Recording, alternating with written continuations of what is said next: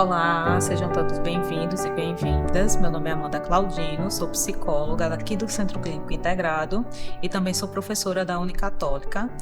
Tenho um mestrado em Psicologia Cognitiva, especialização em Neuropsicologia e Gestalterapia.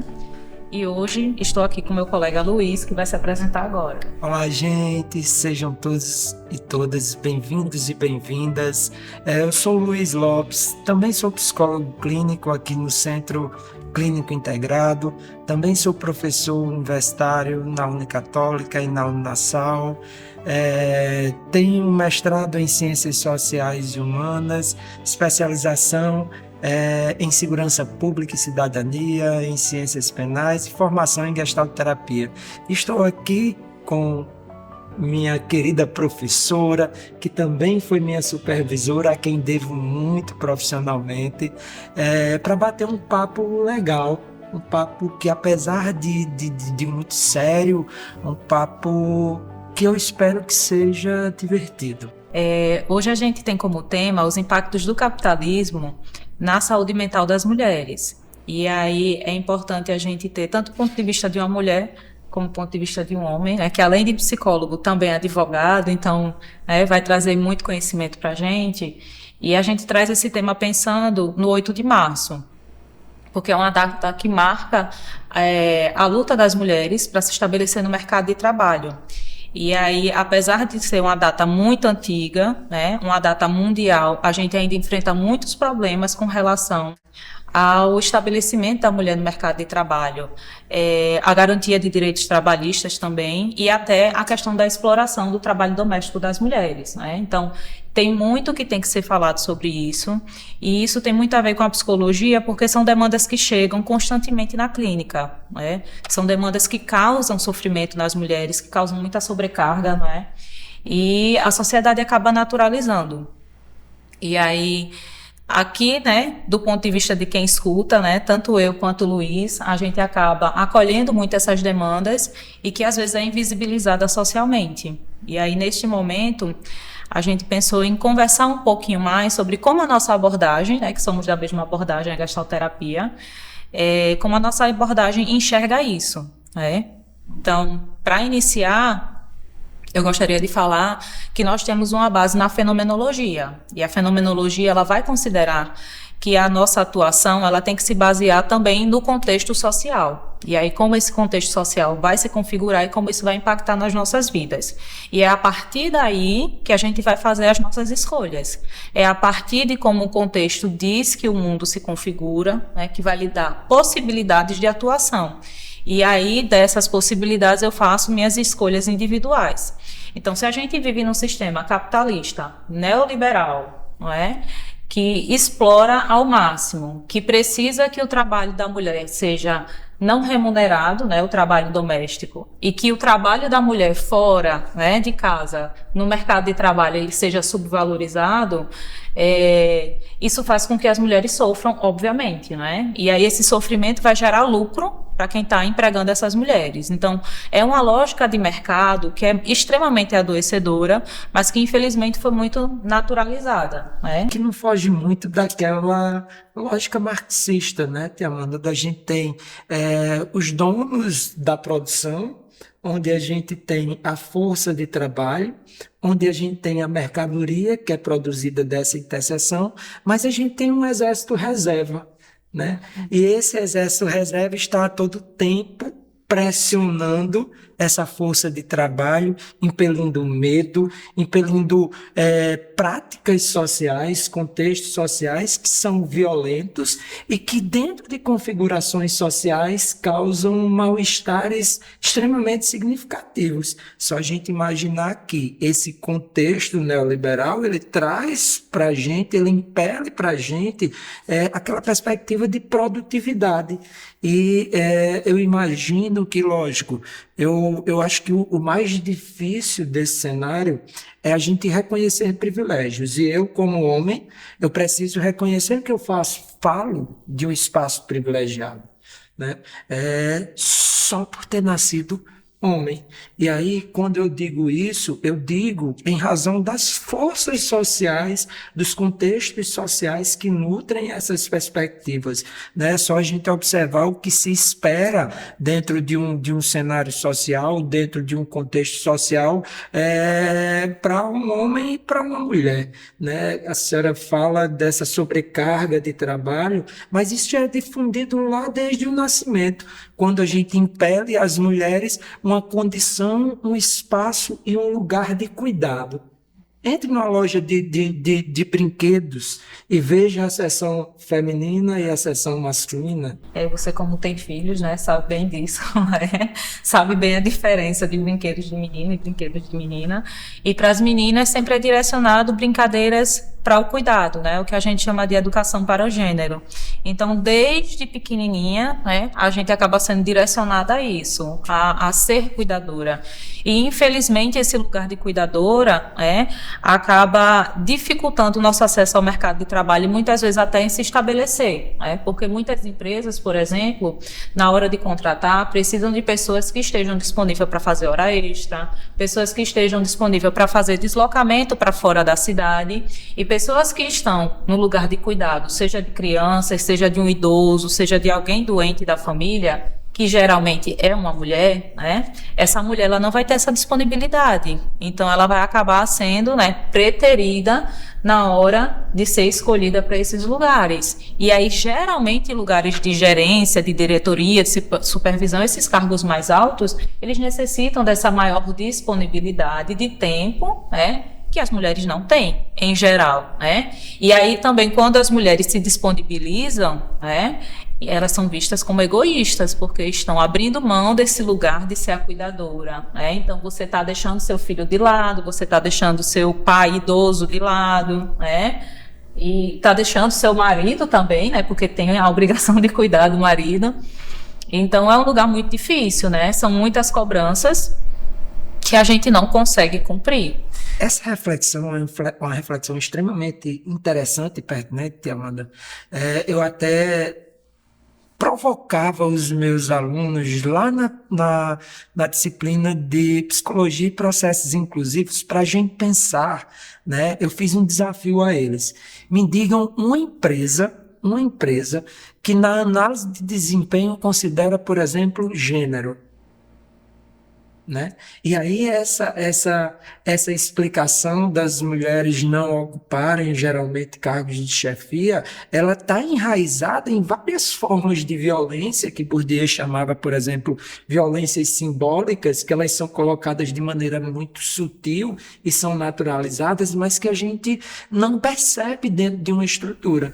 Então, veja, se na análise de desempenho eu não considero gênero, eu não considero, por exemplo, que essa pessoa ela pode ter se afastado em razão de uma licença maternidade ou de outras questões, que julgamento eu estou fazendo para que determinadas pessoas ocupem determinados postos, determinados cenários, Isso.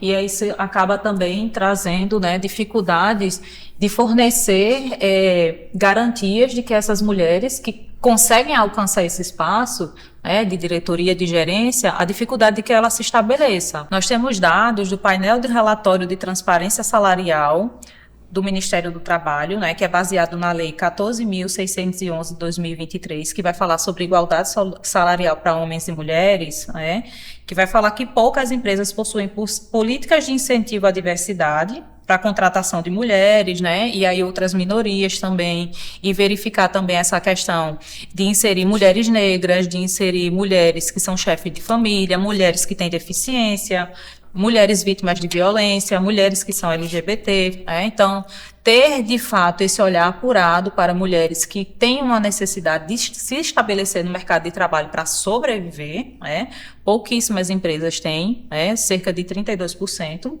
E aí, dentro dessas empresas, eles veem pouca adesão em políticas de flexibilização do regime de trabalho para apoiar a parentalidade, licença maternidade e paternidade estendida e auxílio creche. Então, se eu tenho uma mulher que chega num cargo de diretoria, ela tem filho, mas quando o filho tem alguma dificuldade, tem algum tipo de adoecimento, ela não pode se afastar, porque ela tem que estar disponível, né? Então, ela vai ter que arrumar alguém para estar cumprindo esse papel de maternidade no lugar dela. Ela não vai ter auxílio creche, então ela vai ter que tirar do próprio bolso dela para poder colocar essa criança em algum lugar para poder estar lá no trabalho. E aí a falta desses incentivos, né, também é um dificultador para que as mulheres consigam se manter em cargos de diretoria quando chegam lá. Né? E além do salário, né? Porque esse mesmo painel mostra que em cargos de gerência, mulheres, né, no mesmo cargo, recebem 25% a menos do que homens, né? Então, assim, para além de todas as dificuldades, ainda tem essa questão salarial, né? Que por lei é proibido, mas que na prática muitas empresas ainda praticam. E aí a gente fica esperando, né, que existam denúncias ao Ministério do Trabalho para que essas empresas sejam notificadas e tentem fazer a readequação. E aí o que muitas vezes essas empresas pensam por que eu vou fazer uma readequação de salário para ter no meu quadro uma pessoa que vai precisar se ausentar? Então, demite essa mulher e contrata um homem no lugar, né? Então, assim, muitas vezes as pessoas querem denunciar e não fazem a denúncia com medo de perder o emprego. Aí a gente volta àquela questão do exército de reserva, né? Que o Luiz falou. Exatamente. E aí, essa lógica social, ela é uma lógica muito violenta, né? Embora a gente não reconheça isso, essa lógica social é uma lógica muito violenta. Eu ministro uma aula lá em Teoria Geral do Estado e Ciências Políticas em Direito, falando sobre administração pública, né? E é interessante que essas desigualdades, elas são refletidas também dentro da administração pública. Por exemplo, eu trago um tópico nessa aula dizendo que a administração pública brasileira reflete as desigualdades que existem na sociedade. Por exemplo, a média salarial de brancos no governo federal é de R$ 9.000 e de pretos é de aproximadamente R$ 6.000. E essa desigualdade ela também aparece em relação ao gênero, né? E aqui eu trago esse recorte racial que é outra coisa que pode nutrir a nossa reflexão no que concerne a saúde mental, as questões interseccionais, né? Então, se a gente fala de uma violência de gênero, essa violência de gênero ela é mais acentuada, por exemplo, se a gente fala numa mulher preta, numa mulher periférica, numa mulher lésbica, né? Então, é uma sobreposição de violências que ela causa um cenário que é extremamente, eu não sei nem a palavra certa a usar, mas eu poderia dizer corrosivo, adoecedor, né? É mutilante. Isso, né? Uma sobreposição de vulnerabilidades, não é? E aí foi interessante você ter falado esse recorte de raça, né? Além do recorte de gênero, ter o recorte de raça, a gente parar e pensar, por exemplo, que as mulheres negras hoje aqui no Brasil recebem, numa média, né? Esse mesmo painel fala que numa média dos salários, né? Entre homens brancos, homens negros, mulheres brancas e mulheres negras, as mulheres negras são as que estão mais no mercado da informalidade e recebem, em média, 50% do que um homem branco recebe, né? Olha o nível, né? E aí a gente vê também que a questão da escolaridade também, o acesso à escolaridade ele é muito mais baixo. E quando a gente pensa, né? Mas e essas mulheres que estão na informalidade? Qual o lugar em que elas estão? Né? A maioria dessas mulheres estão trabalhando em serviço doméstico, né? Como faxineira, né? Diarista, com baixas remunerações, né? Vendendo produtos de beleza, né? Aquelas revistas, né? Que as pessoas marcam e tudo mais, né? Então, o mercado da informalidade é o que resta para essas mulheres. E isso tem uma consequência significativa, né? Porque quando elas, por exemplo, adoecem, quem cuida? Existem pesquisas que relatam que um homem, por exemplo, casado, que tem uma mulher que descobre um câncer, uma neoplasia grave, ele tem 6 vezes mais chance de se divorciar dessa mulher do que se fosse uma mulher nessa posição, né? Por quê? Porque homens não são ensinados a cuidar. Só que essa posição de privilégio também traz a gente, por mais que a gente não reconheça, um cenário de sofrimento. E um sofrimento que, de certa forma, nos dessensibiliza dessas questões. E aí, por exemplo, um homem que vem prestar uma escuta na psicologia, eu sempre levanto essa reflexão, que tipo de escuta nós estamos prestando? Né? Porque se nós precisamos, se nós nos dispomos a escutar, nós precisamos também reconhecer nossas vulnerabilidades. Eu digo muito aos meus alunos que para a gente acolher vulnerabilidades, a gente precisa reconhecer as nossas mais profundas vulnerabilidades. E a gente não reconhece, a gente não cura, a gente não cuida aquilo que a gente não reconhece. E aí é interessante a gente pensar também, né, que essas vulnerabilidades, elas não são só individuais, né, são vulnerabilidades coletivas, porque tudo que a gente traz aqui hoje, né, Lula, é uma condição de como o contexto do capitalismo neoliberal se configura para explorar a força de trabalho das mulheres, né? E aí outras minorias também são muito exploradas, e quando a gente tem, num lugar de gestão, inclusive gestão política, né? Porque a gente sabe que os nossos políticos que vão legislar, né? Vão elaborar as regras de como essa sociedade vai ser organizada, eles são em maioria homens, né?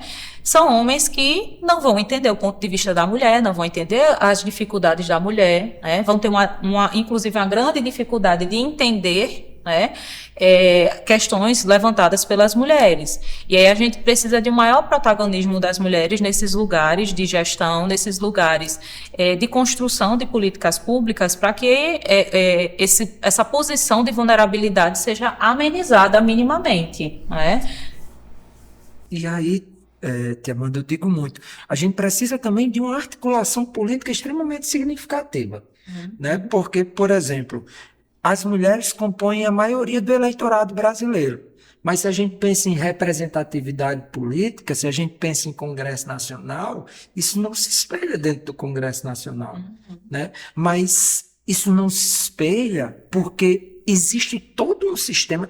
Tem um texto de Marilena Chaui chamado Mito da Não Violência no Brasil, né? Que ela vai falar, inclusive, dessa sociedade patriarcalista, dessa sociedade coronelista, né, brasileira, e aí vai fazer alguns recortes também, como recorte de gênero, né? Inclusive lá ela traz isso, ela diz, olha, elas ocupam os espaços domésticos, e aí lá nesse texto ela vai trazer um dado que é extremamente importante. O Brasil é um dos países, eu acho que ela traz como o país que tem mais domésticos no mundo.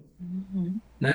E aí existem muitas pessoas em cenário de informalidade, como a gente falou, isso versa no que concerne a segurança, inclusive psicológica, porque, por exemplo, se essas pessoas adoecerem, quem é que cuida? Quem é que garante renda? Isso. Como é que paga as contas? Como é que come? Exatamente. E aí, eu tenho um texto, né? Tem um texto da filósofa indiana Spivak, que eu gosto muito, que o título desse ensaio dela é o seguinte, é uma pergunta: subalterno pode falar? E ela vai fazer esse recorte de gênero, né? Em um recorte social que bota a mulher nessa posição de subalternidade, não pelo querer da mulher, mas em razão das estruturas que se consolidam dentro desse contexto contemporâneo capitalista. É só a gente olhar quem é que a gente estuda nas graduações, né? A gente vai ter poucas autoras mulheres, a gente vai ter poucas autoras mulheres pretas, né? Brasileiras. A gente vai constrói uma epistemologia no cenário da psicologia, que é uma epistemologia pautada num polo, num centro europeu, branco, masculino. Isso. Né? Então, como é que a gente constrói senso crítico para que eu possa articular-me, por exemplo, politicamente? Né? Então, as raízes do Brasil, elas ainda estão muito fincadas nesses processos patriarcais, nessa raiz que é misógina. extremamente violenta e opressora. Isso, né? A gente ainda raciocina enquanto colônia, né? A gente ainda fica muito dependente da produção externa. E quando a gente pensa, né, nesse contexto neoliberal que explora o trabalho da mulher e que invisibiliza o trabalho doméstico, é importante a gente pensar que sem o trabalho doméstico, o capitalismo não funciona. Porque se não tiver quem arrume uma casa para que a casa fique confortável, né? Que cozinhe a comida, que lave as roupas, né? Para as pessoas que trabalham, tanto homens quanto mulheres, elas saiam de casa, estejam descansadas, né? Estejam preparadas para executar o seu trabalho, não vai ter trabalho, né? Se não tiver o trabalho reprodutivo também, porque muita empresa só contrata homem porque a mulher tira licença maternidade. E aí, se não tiver esse trabalho reprodutivo, não vai ter as próximas gerações para entrar no mercado de trabalho. Então, assim, o capitalismo ele depende muito do trabalho doméstico, ele depende muito que as mulheres queiram ter filhos, né? E a gente está passando, inclusive, por um movimento de que as mulheres que entram no mercado de trabalho estão querendo cada vez menos ter filhos, quando tem um ou dois. Tem muitas mulheres que não querem ter por conta disso, por conta das exigências do mercado de trabalho. Mas é controverso, porque o capitalismo depende que a gente esteja descansado, que a gente esteja vestido e alimentado para trabalhar. Então, ao invés de reconhecer o valor, né, hoje a gente vive num mundo em que vai minimizar esse valor para que você não exija nada, para que você não tenha nenhum tipo de compensação, nenhum tipo de remuneração, e entregue de mão beijada. E ainda se sinta grato, né, por receber um elogio, uma florzinha, né, que é o 8 de março, que é um dia de luta e virou um dia de ganhar florzinha, de ganhar bombom. Confesso que eu aceito as flores e o bombom, porque eu adoro bombom, eu acho flor a coisa mais linda do mundo, né? Mas eu gosto muito mais quando as pessoas reconhecem que é um dia de trabalho, né? Quando é, por exemplo, uma instituição que vai reconhecer, né? Olha, você é importante pra gente, né? Nós precisamos de você, né? E que reconheça isso também financeiramente, né? Porque não adianta só eu dizer que você é importante e não mostrar essa importância na tua rotina, não mostrar no dia a dia, no respeito, no cuidado, né? Oferecendo benefícios. Então, e inclusive, né, estou falando disso num lugar de muito privilégio, porque eu não sou uma mulher negra, né, também não sou branca, me reconheço como uma mulher parda, mas dentro do mercado de trabalho, né, eu sinto que eu tenho todos os privilégios que uma mulher branca tem, né? Porque eu tenho um ensino superior, né? Venho também, né? Enfim, né? De um caminho profissional que me permitiu, né? Ter muitos outros privilégios que mulheres negras não têm, né? Inclusive até a questão do fenótipo, né? As características físicas, né? Apesar de eu me reconhecer como parda, mas se tiver uma banca de seleção, né? Para pessoas pardas eu não passaria porque eu tenho um fenótipo muito branco ainda. Então eu tenho uma grande passabilidade no mercado de trabalho. Eu não sofro os preconceitos que mulheres negras sofrem. E aí eu preciso também entender esse meu lugar de privilégio, né? E de saber que, infelizmente, eu não passei por instituições, né? Que me trataram mal e que foram misóginas comigo. O que eu sei, né? De levantamentos, né? É um olhar quantitativo, mas quem passa na pele, quem está ali dentro, é um outro olhar, não é? E aí a gente que está de fora tem que ter minimamente, né? Conhecimento sobre esse aspecto teórico para poder desenvolver algum tipo de empatia ou pelo menos, né, se deixar aberto para ouvir quem está passando por esse tipo de sofrimento, né? Então, eu me coloco até enquanto uma pessoa que está de fora, né, de algumas situações, né, como o próprio Lula se colocou, né, enquanto homem, tem coisas que ele não vai vivenciar, mas que ele já tem um olhar diferenciado por ser uma pessoa, né, da psicologia e entender esses movimentos. E aí é importante também que esse olhar não seja só da psicologia, seja de toda a sociedade, né? Então, quando eu falo que a gente precisa reconhecer que o capitalismo precisa, né, do trabalho doméstico, é porque toda a população precisa ter essa noção. Tanto as mulheres para exigir o seu lugar, né, como também para querer ocupar espaços de liderança, espaços de construção de políticas públicas, né? Para que a gente tenha nossos direitos garantidos, né? Não é só postagem em rede social, né? Não é ficar somente em exigir, político tal, né? E não querer se envolver com política, porque acha que política é coisa de ladrão, de gente safada, né? O espaço político é um espaço de construção social e a gente precisa estar ali, né? A gente precisa se estabelecer.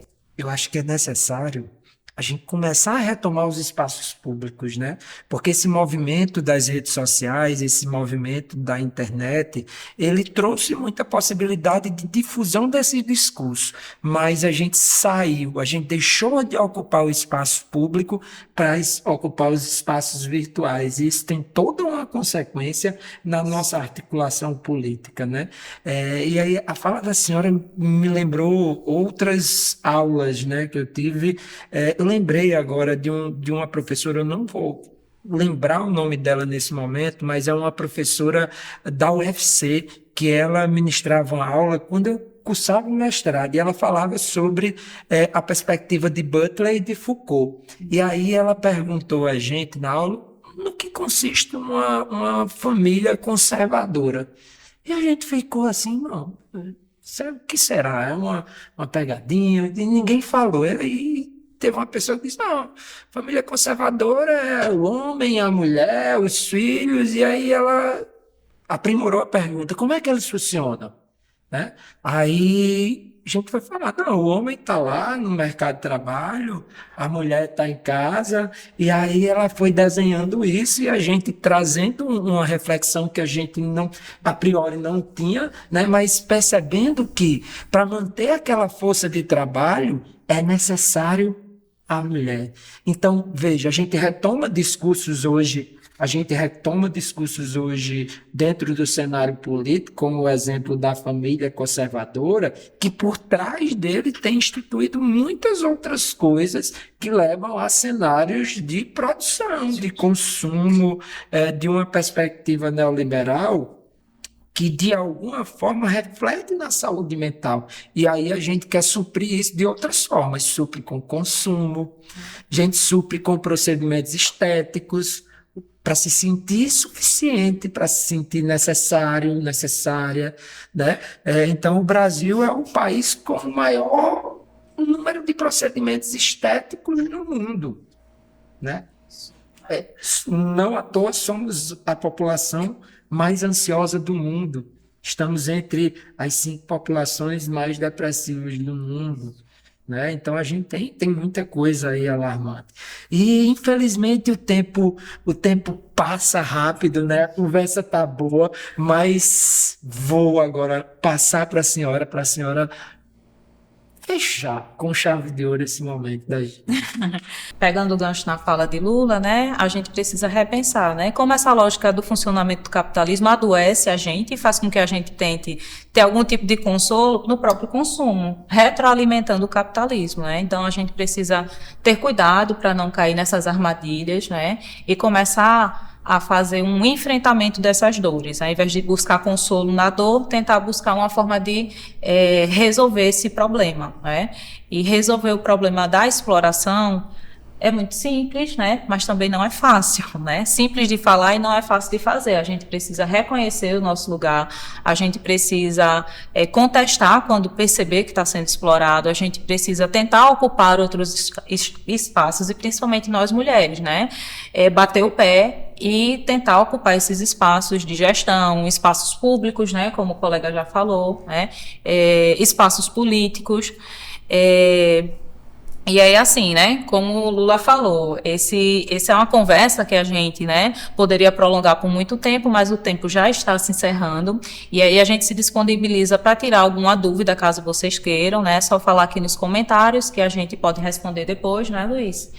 E queria começar agradecendo também pelo convite, do Centro Clínico Integrado, para que a gente fizesse parte desse momento. E também dizer que estamos disponíveis aqui, né, para atendimentos, tanto eu quanto o Luiz, né, nós atendemos aqui no Centro Clínico, e quem for da psicologia ou do direito, que tiver também alguma dúvida, né, com relação a essa perspectiva do neoliberalismo na saúde mental, também pode tentar entrar em contato com a gente, que, caso necessário, a gente também tire essas dúvidas, né? Sua fala lembra muito de um livro de Bauman chamado Capitalismo Parasitário, né? E para encerrar, eu acho que é importantíssimo a gente se articular politicamente, ocupar espaços públicos, criar agências onde vocês, mulheres, possam ser ouvidas, e quero me disponibilizar para estar encampando essa luta junto com vocês. Agradeço a todos e a todas e nos disponibilizamos, como a Amanda disse, para tirar dúvidas. Segue a gente lá nas redes sociais, segue o Centro Clínico e vamos trocando a ideia e fazendo esse movimento fortalecer. Um abraço, fiquem com Deus.